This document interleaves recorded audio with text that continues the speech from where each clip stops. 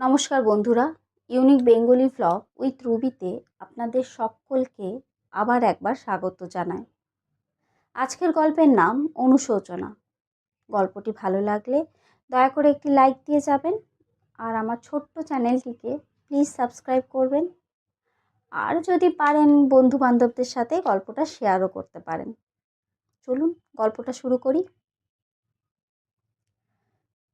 সকালে ঘুম থেকে যখন উঠল মৌ, তখন ঘড়িতে 8টা বেজে গিয়েছে। ওফো, 8টা বেজে গেছে।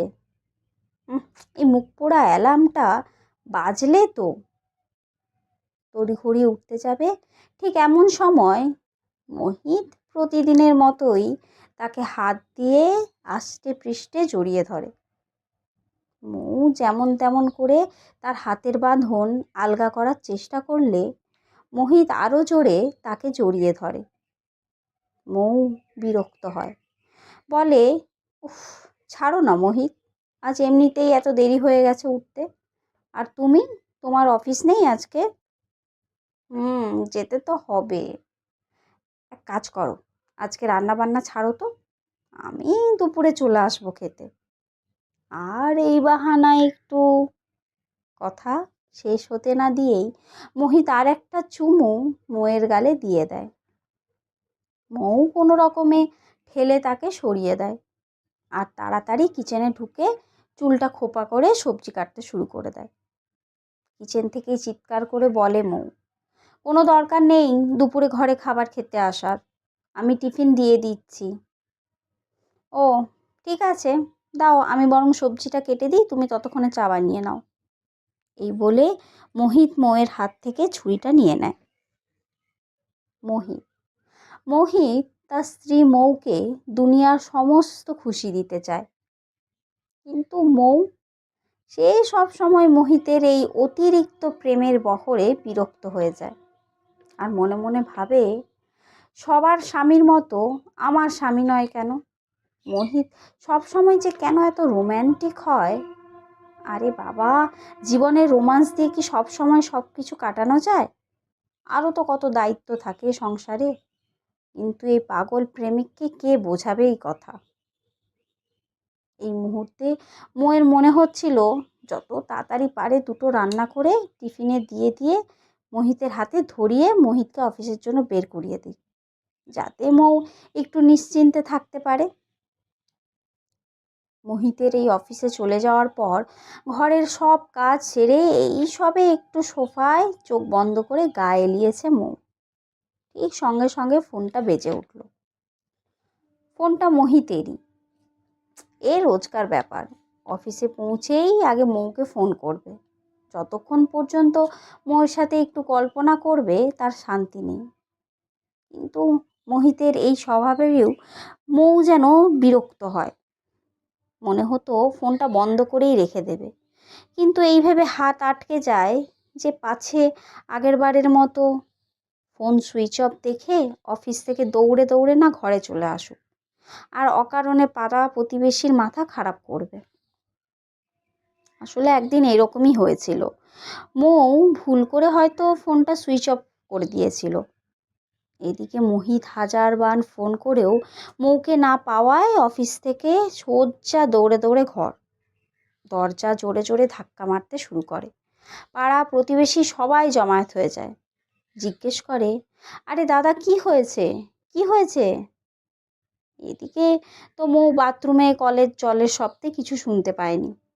পরে দরজা যখন খোলে মোহিত তাকে জড়িয়ে ধরে তাড়াতাড়ি, সবার সামনে তার গালে চুমু দিয়ে দেয়। জিজ্ঞেস করে, মৌ, মৌ, তুমি ঠিক আছো? কিছু কিছু হয়নি তো? তোমার ফোন বন্ধ ছিল যে? বলে তার গালে মাথায় চুমু খেতে থাকে। এদিকে প্রতিবেশীদের মুখের চাপা হাসি দেখে মৌয়ের লজ্জায় মুখ লাল হয়ে যায়। প্রথম প্রথম তো মৌ ভাবতো তার স্বামী তাকে কত ভালোবাসে, তাকে চোখে হারায়, গর্বে তার বুক ফুলে যেত। কিন্তু যখন মৌ দেখলো মোহিত যখন তখন রোম্যান্টিক হয়ে যায়, হাত ধরে নেয় যখন তখন, তার সমস্ত ছোটোখাটো জিনিস চাহিদা সব কিছু পূরণ করে দেয় তার মুখের বলার আগেই।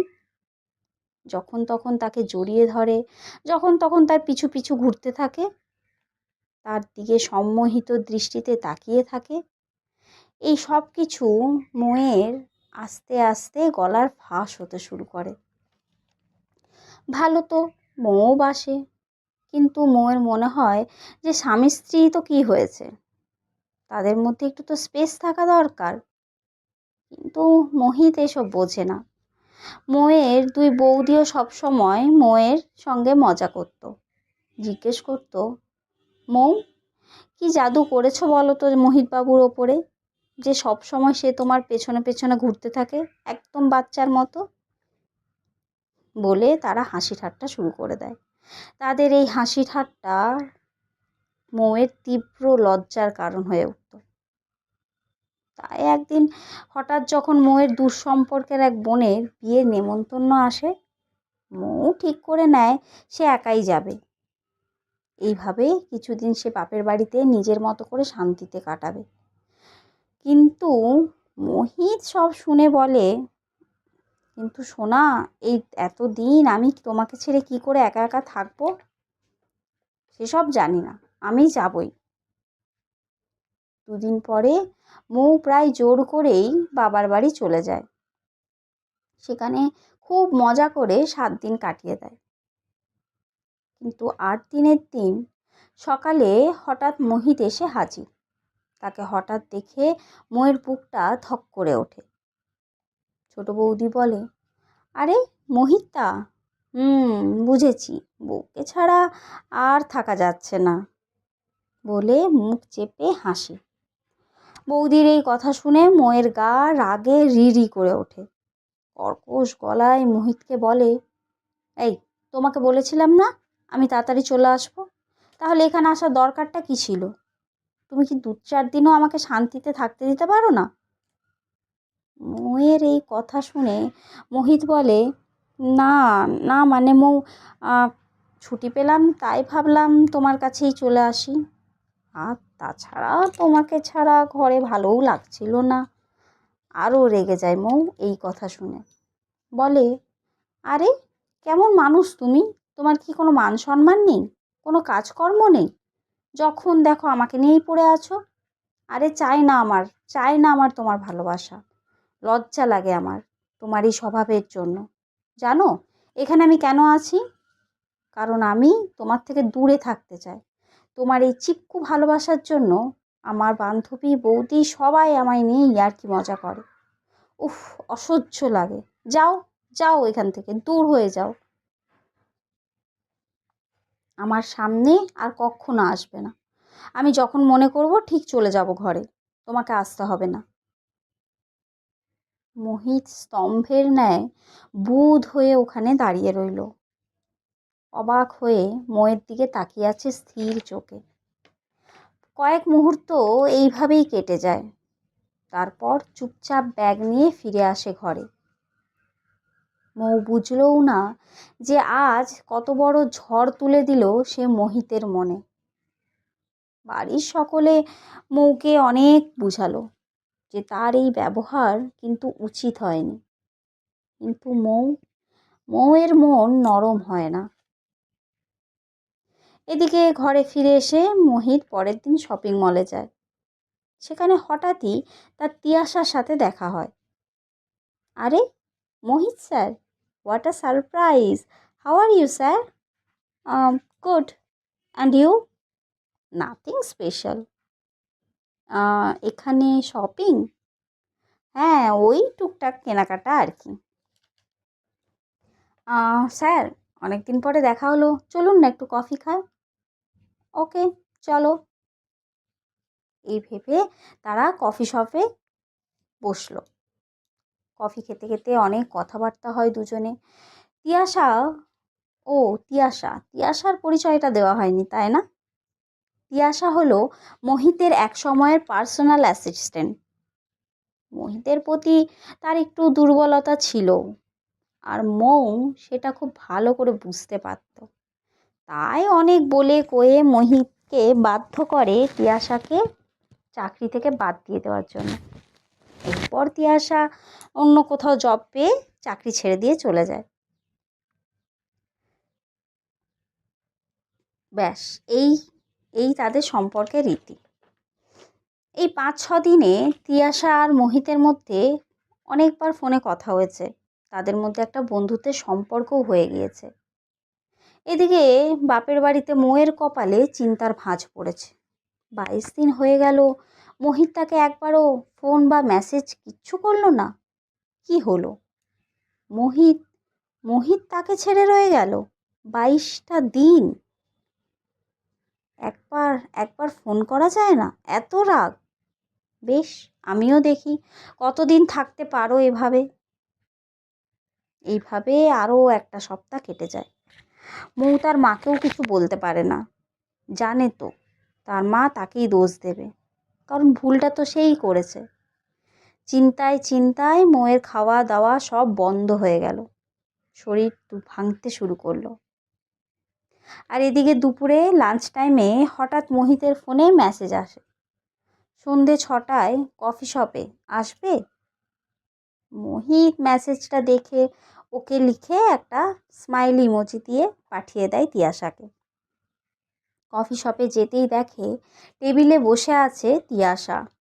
ব্ল্যাক কালারের chiffon sari, deep neck pink blouse, দারুণ দেখাচ্ছে। চেয়ার টেনে পাশে বসলো মোহিত। বলল, তোমাকে কিন্তু খুব সুন্দর দেখাচ্ছে তিয়াশা। ও, থ্যাংক ইউ বলে দুজনে কফি খাওয়া শেষ হতে লাগলো। ঠিক সেই সময়ই বাইরে মেঘ পড়েছে। মেঘ দেখে তিয়াশা বলল, ক্যাবের আশায় থাকাটা বোধহয় আজকে ঠিক হবে না। যদি কিছু মনে না করো তাহলে আমাকে একটু ঘর অবধি ছেড়ে দিয়ে আসতে পারবে? ওকে, চলো বলে মোহিত গাড়িতে তিয়াশাকে নিয়ে চলে যায় তিয়াশার ফ্ল্যাটের উদ্দেশ্যে।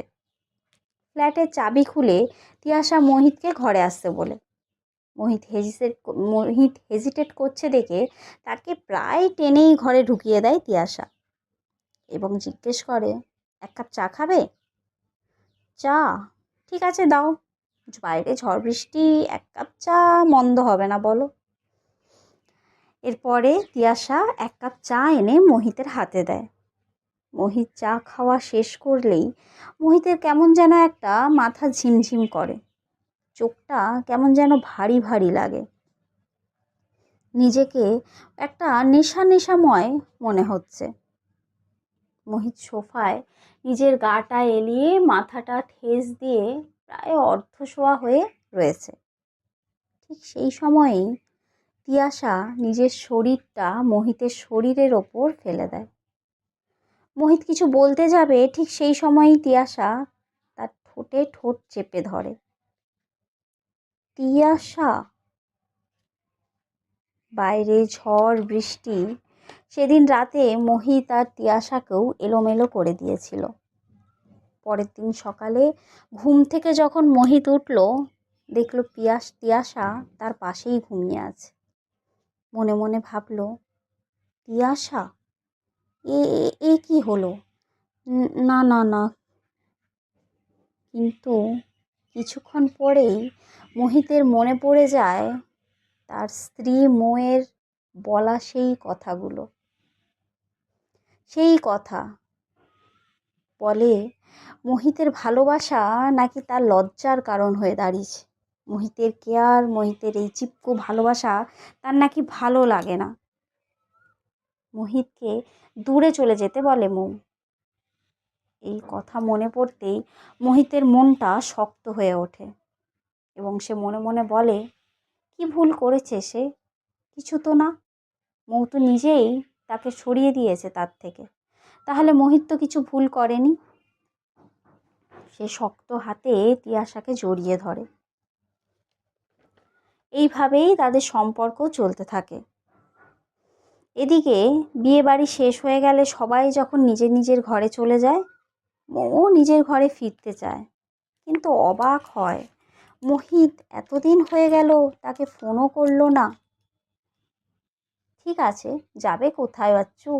সেই তো আমার পিছনেই ঘুরঘুর করবে। এই অহংকারে গর্বিত হয়ে ওঠে মৌ। কিন্তু মৌ জানে না যে মোহিত আর আগের সেই মোহিত নেই, যে তার আগে পিছনে পাগল প্রেমিকের মতো ঘুরবে। অন্যমনস্ক হয়ে ভাবছিল এসব কথা মৌ। হঠাৎ খেয়াল করেনি যে তার চা উপচে পড়ছে। তার দিদি পিউ এসে চিৎকার করে বলে, আরে চাটা পুড়ে গেল যে, ধ্যান কোথায় তোর? বলে গ্যাসটা বন্ধ করে দেয়। মৌ বলে, থ্যাঙ্কস দিদি, ভাগ্যিস তুই এলি, না হলে চাটা পুড়েই যেত। চা তো আবার বানানো যাবে বোন, কিন্তু জীবন যদি পুড়ে যায় তাকে কি আবার ঠিক করতে পারবি? মৌ অবাক হয়ে দিদির দিকে তাকিয়ে আছে। পিউ বলে, মৌ, সেদিন কিন্তু তুই মোহিতবাবুর সাথে অন্যায়ই করেছিস। আরে এত ভালোবাসে এমন স্বামী লোক কপাল করে পায়। আমাকে দেখ, আমার স্বামীর চোখে সব মেয়েই সুন্দর, শুধু আমি ছাড়া। আর এক তোর স্বামী, যে তোকে ছাড়া কারুর দিকেই তাকায় না। জানিস মৌ, যেদিন আমি জানতে পারি আমার স্বামী অন্য একজন মেয়ের সঙ্গে সম্পর্কে জড়িয়েছে, তখন আমি আমার শাশুড়িকে বলেছিলাম। উনি বললেন, আরে ও তো ছেলে, সব করতে পারে, তোরই দোষ বরকে বেঁধে রাখতে পারিসনি। আর মাকে যখন বললাম, তখন মা বলল, দেখ মা, ছেলেরা এরকমই হয়। আর তাছাড়া তুই কি করবি? স্বামীকে ছেড়ে থাকলে তুই থাকতে পারবি একা? অন্য পুরুষ কুদৃষ্টি নিয়ে দেখবে, বাঁচতে পারবি তো একা? পিউর কথা শুনে মৌ তো থম মেরে যায়। দিদির সাথে এত কিছু হলো আর সে কিছুই জানলো না। পিউ বলে, মৌ, ঘরে ফিরে যাবন, তোর আর তোর সন্তানের জন্য এটাই শ্রেয়। পিউর কথা শুনে সারা রাত মৌয়ের ঘুম আসে না। সকালে হঠাৎ মৌয়ের শরীর খুব খারাপ হয়ে যায়। মৌয়ের মা অবস্থা ভালো না দেখে মোহিতকে ফোন করে সব বলে। মোহিত তখন তিয়াশার সঙ্গে একান্তে সময় কাটাচ্ছিল। মৌ হসপিটালে ভর্তি হয়েছে জানতে পেরে তড়িঘড়ি জামা পরে ব্যাগ গোছায়। তিয়াশা প্রশ্ন করে, কোথায় যাচ্ছ? যাচ্ছি, জরুরি কাজ আছে। তিয়াশা বুঝতে পারে কি কাজ। মৌ, মৌ, তাই না? মৌ জরুরি কাজ? মোহিত রেগে যায়, বলে, হ্যাঁ মৌ। মানে? মোহিত, তবে আমার কি হবে? জানি না, আমি এখন যাচ্ছি। না মোহিত, তুমি আমাকে এইভাবে ছেড়ে যেতে পারো না। আমি, এই বলে মোহিত হাত শক্ত করে ধরে তিয়াশা। মোহিত এক ছটকায় হাত সরিয়ে দিয়ে বলে, আমি জানি তিয়াশা, তুমি সেদিন চাতে কিছু মিশিয়েই আমাকে খাইয়েছিলে। ঘুমের ওষুধ বা নেশা জাতীয় কিছু ওষুধ। তুমি যা চেয়েছো আমি তোমায় সব তা দিয়েছি, কিন্তু ব্যাস, আর নয়, এখানেই থেমে যাওয়া উচিত। আমি আর আসবো না তিয়াশা। এই বলে মোহিত বেরিয়ে যায় রুম থেকে। এদিকে মৌকে হসপিটালের বেডে এইভাবে শুয়ে থাকতে দেখে মোহিত খুব কষ্ট পায়। যখন মৌয়ের জ্ঞান ফিরল, মৌ চোখ খুলে দেখে মোহিত তার হাত ধরে বসে আছে। মৌ খুব আস্তে আস্তে বলল, সরি মোহিত, আমি তোমায় খুব অপমান করেছি। আমি মোহিত মৌয়ের ঠোঁটে আঙ্গুল দিয়ে তাকে চুপ করিয়ে দেয়। বলে, চুপ, কোনো কথা নয়, তাড়াতাড়ি সুস্থ হয়ে ওঠো, ঘরে যেতে হবে তো। মৌ হেসে মোহিতের বুকে মাথা রেখে চোখ বন্ধ করে। চোখ দিয়ে গাল হয়ে জলের ফোঁটা বেরিয়ে যাচ্ছে, যেন কত দিনের জমানো অভিমান জল হয়ে বেরিয়ে মৌয়ের মনটাকে হালকা করে দিয়ে গেল। গল্পটি ভালো লাগলে প্লিজ একটি লাইক দিবেন আর আমার ছোট্ট চ্যানেলটিকে সাবস্ক্রাইব করবেন। নমস্কার।